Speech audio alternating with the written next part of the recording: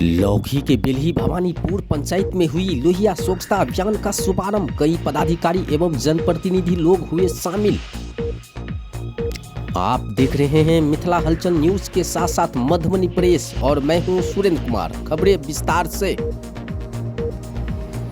लौकी प्रखंड के बेल्ही भवानीपुर पंचायत में मुखिया सुनीता देवी की अध्यक्षता में लोहिया स्वच्छता अभियान मिशन के अंतर्गत ठोस एवं तरल अवशिष्ट प्रबंधन इकाई का उद्घाटन उपस्थित अतिथियों ने सामूहिक रूप से फीता काटकर किया। इस उपरांत मुखिया पति विक्रम लाल शाह के हाथों मिथिला का पाग, शॉल, फूल माला के साथ सम्मानित किया गया। कार्यक्रम में उपस्थित पंचायत वासियों को पदाधिकारियों के द्वारा लोहिया स्वच्छता अभियान मिशन के बारे में विस्तार पूर्वक जानकारी दिया गया। सूखा एवं गीला कचरा रखने हेतु हरा एवं नीला डब्बा का वितरण भी किया गया। सभी स्वच्छता कर्मी को ई रिक्शा एवं साइकिल रिक्शा एवं स्वच्छता में उपयोग हेतु आवश्यक सामग्री का भी वितरण किया गया। इस उपरांत मौके पर प्रखंड विकास पदाधिकारी वीरेंद्र कुमार सिंह, राजस्व अधिकारी कुमारी डोली, स्वच्छता पदाधिकारी विजय राम, सहदेव शाह, प्रोफेसर कपिलेश्वर शाह, राजकुमार यादव सहित अनेकों पदाधिकारी एवं जनप्रतिनिधि के अलावे पंचायत के सैकड़ों लोग उपस्थित थे।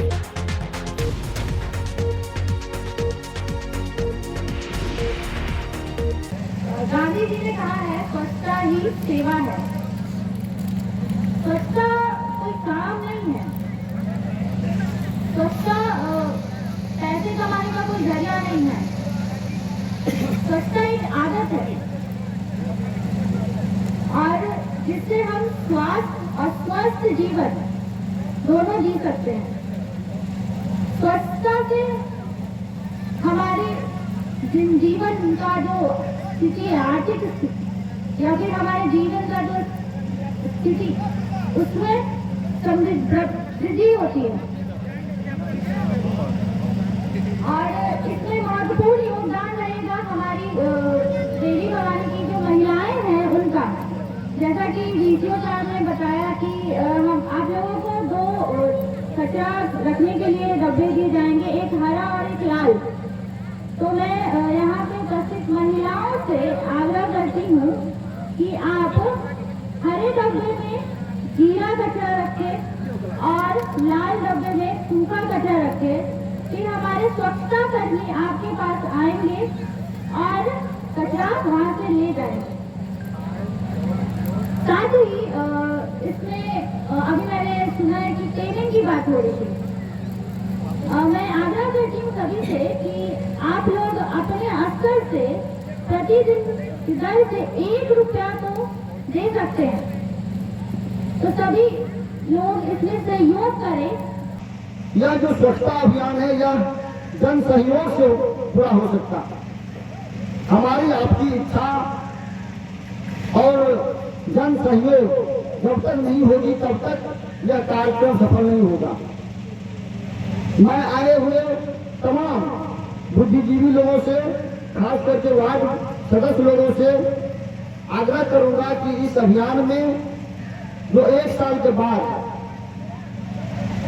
आपका जो पेमेंट होना है वो यूजर चार्ज से होना है। और आज यह जो शुरुआत हो रही है, 1 से 2 दिन के अंदर सभी वार्ड सदस्य के माध्यम से जो डस्टबिन का वितरण होना है, गीला कचरा के लिए और सूखा कचरा के लिए। तो गीला कचरा के लिए हरे रंग का है और सूखा कचरा के लिए नीले रंग का। आप प्रत्येक परिवार में एक गीला कचरा और सूखा कचरा के लिए एक डस्टबिन रखेंगे। और लोगों से जो जब भी कोई योजना शुरू होती है तो थोड़ा सा असमंजस की स्थिति होता है, लोगों को समझाना होता है। हमारी जो आदत होती है, पुरानी आदत, उस आदत को बदलने में बहुत समय लगता है। तो स्वच्छता कर्मी से और खास करके वार्ड सदस्य से कहूंगा कि आप लोगों को मोटिवेट करें। सिर्फ हम सुबह आके कचरा का उठाव कर लेंगे, उससे नहीं हो पाएगा। इसको चलाने के लिए आपको प्रत्येक परिवार से 30 रुपया मिनिमम है। अगर कोई व्यक्ति उस समाज में अच्छे व्यक्ति भी होते हैं, 30 के बदले 60 रुपया भी दे दे, 100 दे दे, 200 दे दे, तो प्रयास कीजिए कि ऐसे लोगों को सम्मानित कीजिए और ऐसे लोगों जो सहयोग कर रहे हैं उनके प्रति थोड़ा सा सहानुभूति रखिए। मैं कहूंगा कि आप सबों को याद होगा 2014 में माननीय प्रधानमंत्री के द्वारा स्वच्छ भारत अभियान की शुरुआत की गई थी और याद होगा उस समय 14 से पहले बहुत घरों में शौचालय नहीं हुआ करता था, तो बहुत कठिनाइयों का सामना करना पड़ता था। खास करके हमारी महिलाएं, हमारे बहनें, हमारे बुजुर्ग लोग, जो दिव्यांग लोग होते हैं, ऐसे लोगों को बाहर जाने में कठिनाइयां होती थी।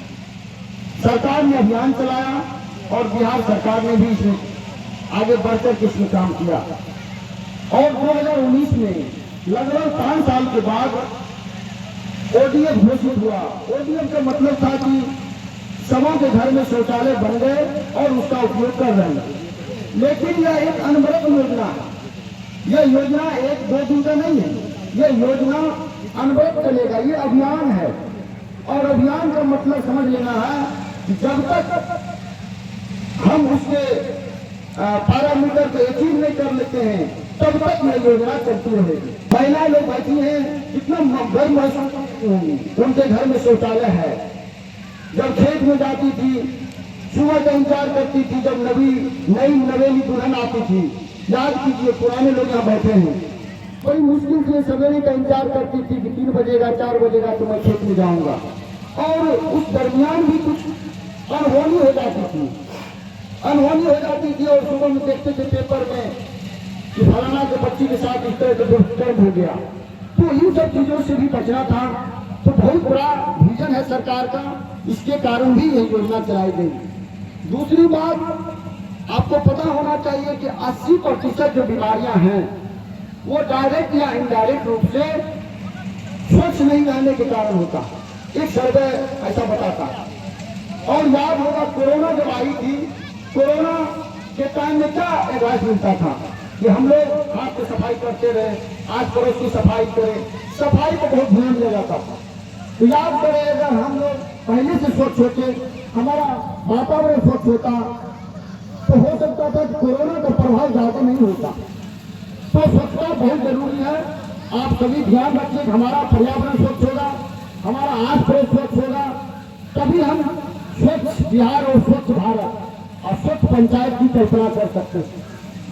और माननीय मुखिया जी से, सरपंच साहब से मैं बार बार कहूंगा कि आप इस अभियान में बढ़ चढ़ कर हिस्सा लीजिए। इस अभियान में जब तक आप अपना सर्वस्व नहीं देंगे तब तक ये योजना सफल नहीं होगा। मैं कई पंचायत में देख रहा हूँ, उद्घाटन करके मैं जब आ जाता हूँ, महीने 2 महीने तो अच्छा चलता है, बाद में पता चलता है कि इस पंचायत में ठेला रिक्शा खराब हो गया, यहाँ ई रिक्शा खराब हो गया और लोग शिथिल होने लगते हैं। तो जब भी आप अभियान चलाए हैं, इस अभियान को कंटिन्यू रखिए। जब तक कंटिन्यू नहीं रखिएगा तब तक अभियान नहीं पूरा होगा। तो आप सभी साक्षी हैं, आप सबों को मैं बधाई देता हूं कि आज महत्वपूर्ण काम शुरू हुआ है।